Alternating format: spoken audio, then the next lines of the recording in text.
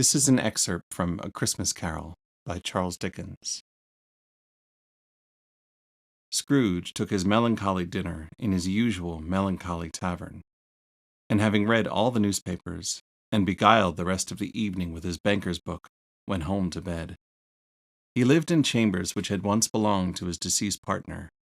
They were a gloomy suite of rooms, in a lowering pile of a building, up a yard, where it had so little business to be, that one could scarcely help fancying it must have run there when it was a young house, playing at hide-and-seek with other houses, and forgotten the way out again.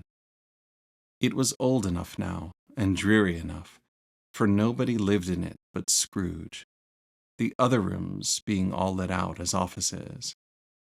The yard was so dark that even Scrooge, who knew its every stone, was fain to grope with his hands.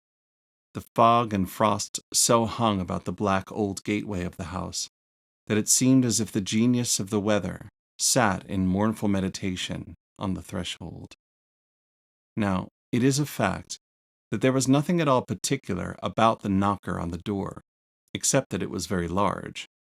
It is also a fact that Scrooge had seen it night and morning during his whole residence in that place. Also, that Scrooge had as little of what is called fancy about him as any man in the city of London, even including, which is a bold word, the corporation, alderman, and livery. Let it also be borne in mind that Scrooge had not bestowed one thought on Marley since his last mention of his 7 years dead partner that afternoon. And then let any man explain to me, if he can, how it happened that Scrooge, having his key in the lock of the door, saw in the knocker, without its undergoing any intermediate process of change, not a knocker, but Marley's face.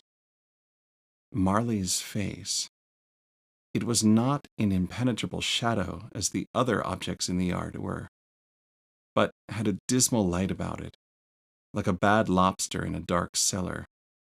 It was not angry or ferocious, but looked at Scrooge as Marley used to look, with ghostly spectacles turned up on its ghostly forehead.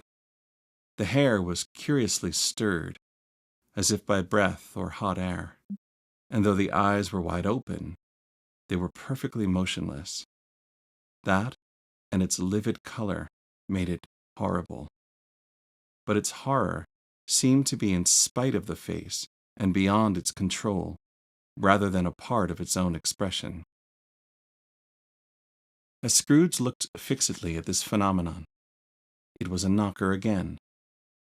To say that he was not startled, or that his blood was not conscious of a terrible sensation to which it had been a stranger from infancy, would be untrue.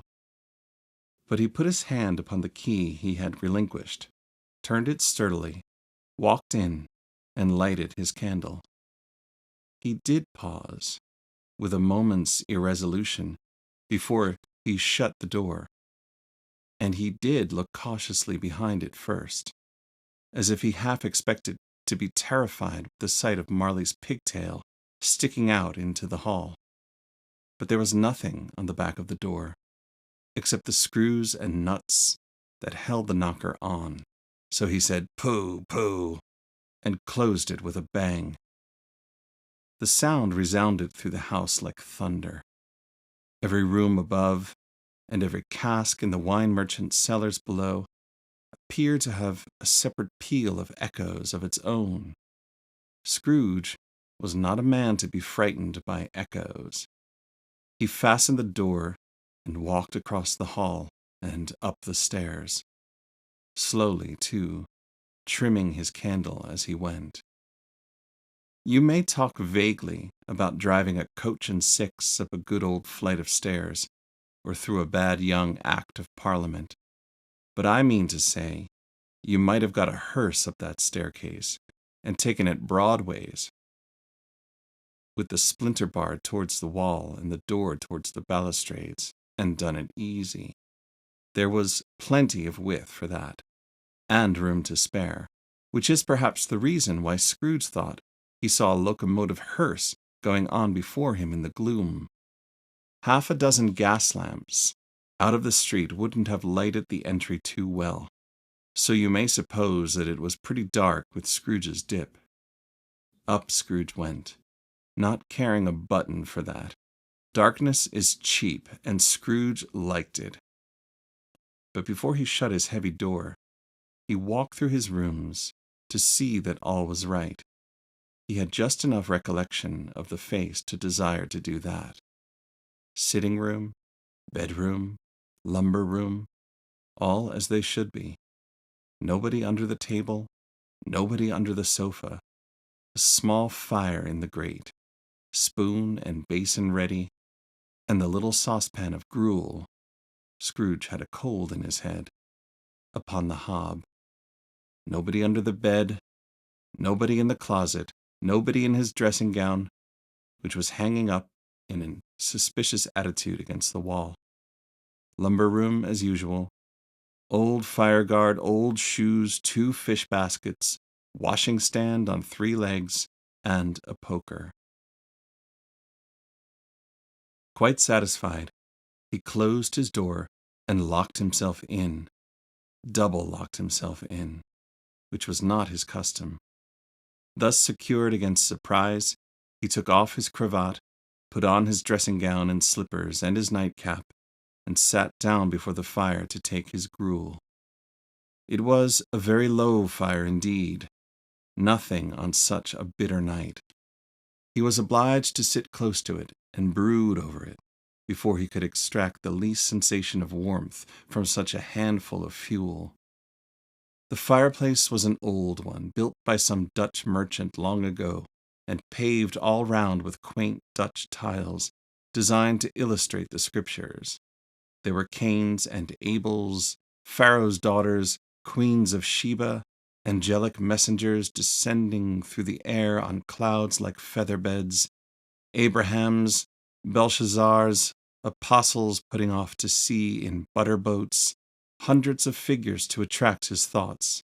And yet, that face of Marley, 7 years dead, came like the ancient prophet's rod and swallowed up the whole. If each smooth tile had been a blank at first, with power to shape some picture on its surface from the disjointed fragments of his thoughts, there would have been a copy of old Marley's head on every one. "Humbug," said Scrooge, and walked across the room. After several turns, he sat down again. As he threw his head back in the chair, his glance happened to rest upon a bell, a disused bell that hung in the room, and communicated for some purpose now forgotten with a chamber in the highest story of the building. It was, with great astonishment and with a strange, inexplicable dread, that as he looked, he saw this bell began to swing. It swung so softly in the outset that it scarcely made a sound, but soon it rang out loudly, and so did every bell in the house. This might have lasted half a minute or a minute, but it seemed an hour. The bells ceased as they had begun together. They were succeeded by a clanking noise deep down below, as if some person were dragging a heavy chain over the casks in the wine merchant's cellar. Scrooge then remembered to have heard that ghosts in haunted houses were described as dragging chains. The cellar door flew open with a booming sound, and then he heard the noise much louder on the floors below, then coming up the stairs, then coming straight through towards his door. "It's humbug still," said Scrooge. "I won't believe it." His color changed, though, when without a pause it came on through the heavy door and passed into the room before his eyes. Upon its coming in, the dying flame leaped up as though it cried, "I know him, Marley's ghost," and fell again. The same face, the very same. Marley in his pigtail, usual waistcoat, tights and boots, the tassels on the latter bristling like his pigtail, and his coat skirts, and the hair upon his head. The chain he drew was clasped about his middle. It was long and wound about him like a tail, and it was made, for Scrooge observed it closely, of cash-boxes, keys, padlocks, ledgers, deeds, and heavy purses wrought in steel. His body was transparent, so that Scrooge, observing him, and looking through his waistcoat, could see the 2 buttons on his coat behind. Scrooge had often heard it said that Marley had no bowels, but he had never believed it until now. No, nor did he believe it even now, though he looked the phantom through and saw it standing before him, though he felt the chilling influence of his death-cold eyes, and marked the very texture of the folded kerchief bound about his head and chin, which wrapper he had not observed before. He was still incredulous, and fought against his senses. "How now?" said Scrooge, caustic and cold as ever. "What do you want with me?" "Much." Marley's voice, no doubt about it. "Who are you?" "Ask me who I was." "Who were you, then?" said Scrooge, raising his voice. "You're particular, for a shade." He was going to say to a shade, but substituted this as more appropriate. "In your life, I was your partner, Jacob Marley." Can you sit down?"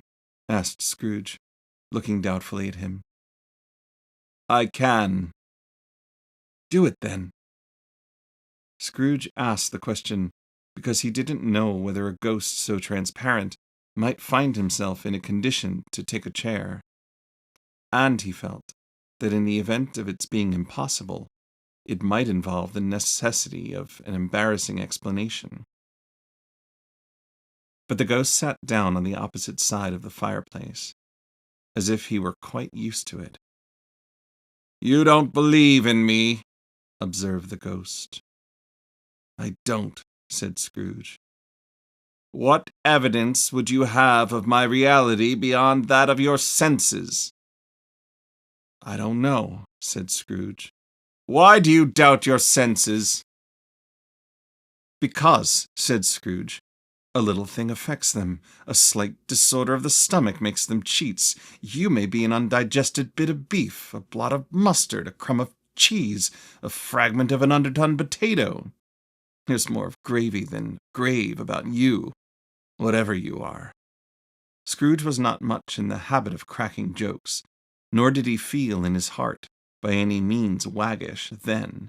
The truth is that he tried to be smart, as a means of distracting his own attention and keeping down his terror, for the spectre's voice disturbed the very marrow in his bones.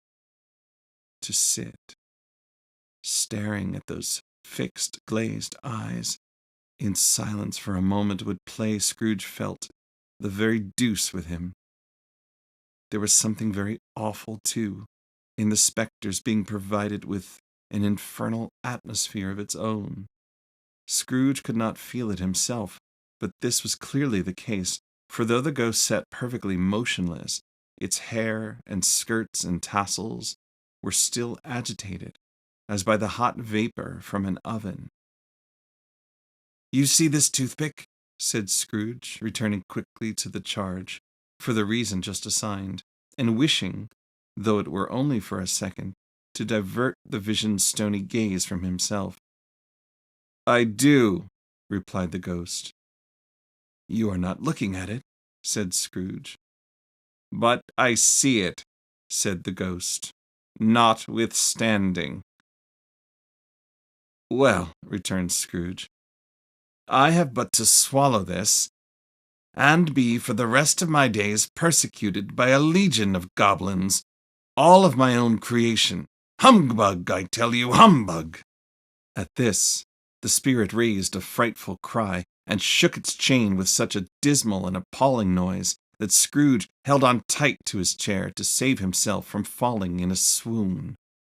But how much greater was his horror when the phantom, taking off the bandage round its head, as if it were too warm to wear indoors, its lower jaw dropped down upon its breast. Scrooge fell upon his knees and clasped his hands before his face. "Mercy!" he said. "Dreadful apparition, why do you trouble me?" "Man of the worldly mind," replied the ghost, "do you believe in me or not?" "I do," said Scrooge. I must. But why do spirits walk the earth? And why do they come to me?" "It is required of every man," the ghost returned, "that the spirit within him should walk abroad among his fellow men and travel far and wide, and if that spirit goes not forth in life, it is condemned to do so after death. It is doomed to wander through the world, oh, woe is me, and witness what it cannot share, but might have shared on earth, and turned to happiness." Again the spectre raised a cry, and shook its chain, and wrung its shadowy hands. "You are fettered," said Scrooge, trembling. "Tell me why." "I wear the chain I forged in life," replied the ghost. "I made it, link by link, and yard by yard. I girded it on of my own free will, and of my own free will I wore it. Is its pattern strange to you?" Scrooge trembled more and more. "Or would you know," pursued the ghost, "the weight and length of the strong coil you bear yourself? It was full as heavy and as long as this 7 Christmas Eves ago. You have labored on it since. It is a ponderous chain." Scrooge glanced about him on the floor, in the expectation of finding himself surrounded by some 50 or 60 fathoms of iron cable, but he could see nothing. "Jacob," he said imploringly, "oh, Jacob Marley, tell me more. Speak comfort to me, Jacob." "I have none to give," the ghost replied. "It comes from other regions, Ebenezer Scrooge, and is conveyed by other ministers to other kinds of men. Nor can I tell you what I would. A very little more is all permitted to me. I cannot rest. I cannot stay. I cannot linger anywhere. My spirit never walked beyond our counting-house. Mark me! In life, my spirit never roved beyond the narrow limits of our money-changing hole, and weary journeys lie before me." It was a habit with Scrooge, whenever he became thoughtful, to put his hands in his breeches pockets. Pondering on what the ghost had said, he did so now, but without lifting up his eyes or getting off his knees.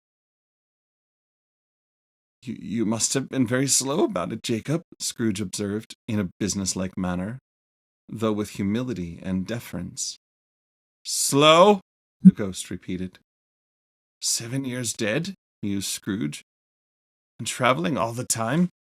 "The whole time," said the ghost. "No rest, no peace, incessant torture of remorse." "You travel fast?" said Scrooge. "On the wings of the wind," replied the ghost.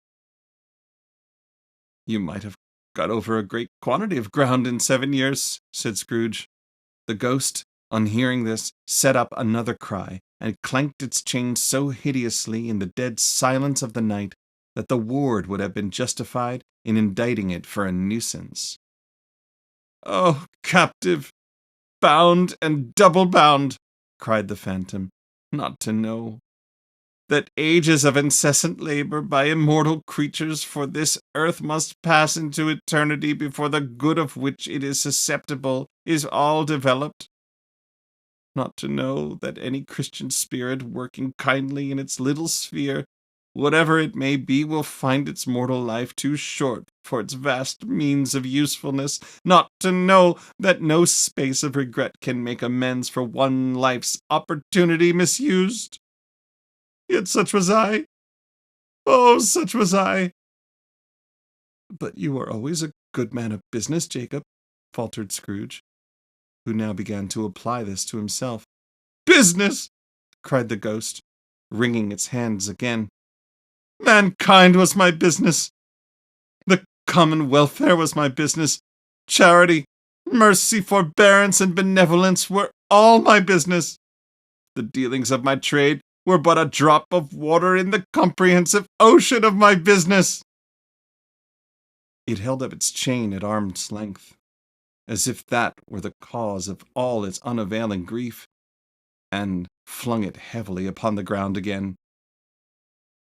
"At this time of the rolling year," the spectre said, "I suffer most.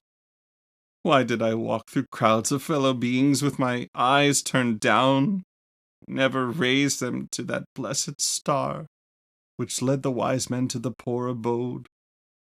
Were there no poor homes to which its light would have conducted me?"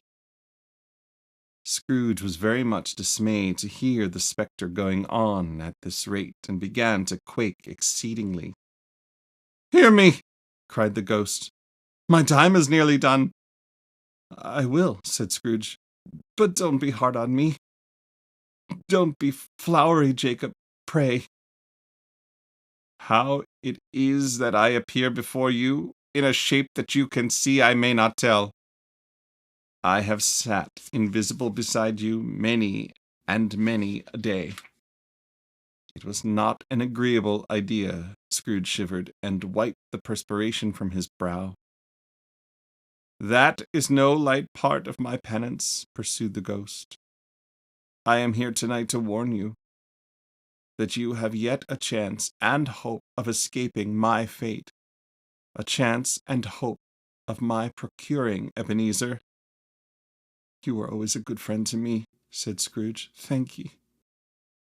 "You will be haunted," resumed the ghost, "by 3 spirits." Scrooge's countenance fell almost as low as the ghost's had done. "Is that the chance and hope you mentioned, Jacob?" he demanded in a faltering voice. "It is." "I think I'd rather not," said Scrooge. "Without their visits," said the ghost, "you cannot hope to shun the path I tread. Expect the first tomorrow, when the bell tolls 1. "Couldn't I take them all at once and have it over, Jacob?" hinted Scrooge. "Expect the second on the next night at the same hour.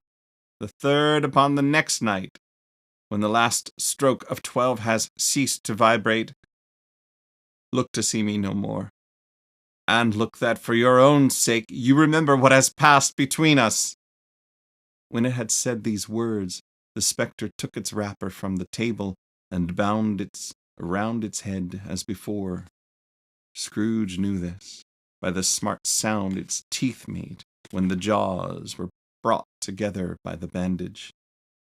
He ventured to raise his eyes again, and found his supernatural visitor confronting him in an erect attitude, with its chain wound over and about its arm. The apparition walked backward from him, and at every step it took the window raised itself a little, so that when the spectre reached it, it was wide open. It beckoned Scrooge to approach, which he did. When they were within 2 paces of each other, Marley's ghost held up its hand, warning him to come no nearer. Scrooge stopped, not so much in obedience as in surprise and fear, for on the raising of the hand he became sensible of confused noises in the air, incoherent sounds of lamentation and regret, wailings inexpressibly sorrowful and self-accusatory. The spectre, after listening for a moment, joined in the mournful dirge and floated out upon the bleak, dark night. Scrooge followed to the window, desperate in his curiosity. He looked out. The air was filled with phantoms, wandering hither and thither in restless haste, and moaning as they went. Every one of them wore chains like Marley's ghost. Some few, they might be guilty governments, were linked together. None were free. Many had been personally known to Scrooge in their lives. He had been quite familiar with one old ghost, in a white waistcoat, with a monstrous iron safe attached to its ankle, who cried piteously at being unable to assist a wretched woman with an infant whom it saw below upon a doorstep. The misery with them all was, clearly, that they sought to interfere for good in human matters, and had lost the power forever. Whether these creatures faded into mist, or mist enshrouded them, he could not tell. But they and their spirit voices faded together, and the night became as it had been when he walked home. Scrooge closed the window, and examined the door by which the ghost had entered. It was double locked, as he had locked it with his own hands, and the bolts were undisturbed. He tried to say humbug, but stopped at the first syllable. And being, from the emotion he had undergone, or the fatigues of the day, or his glimpse of the invisible world, or the dull conversation of the ghost, or the lateness of the hour, much in need of repose, went straight to bed without undressing, and fell asleep upon the instant.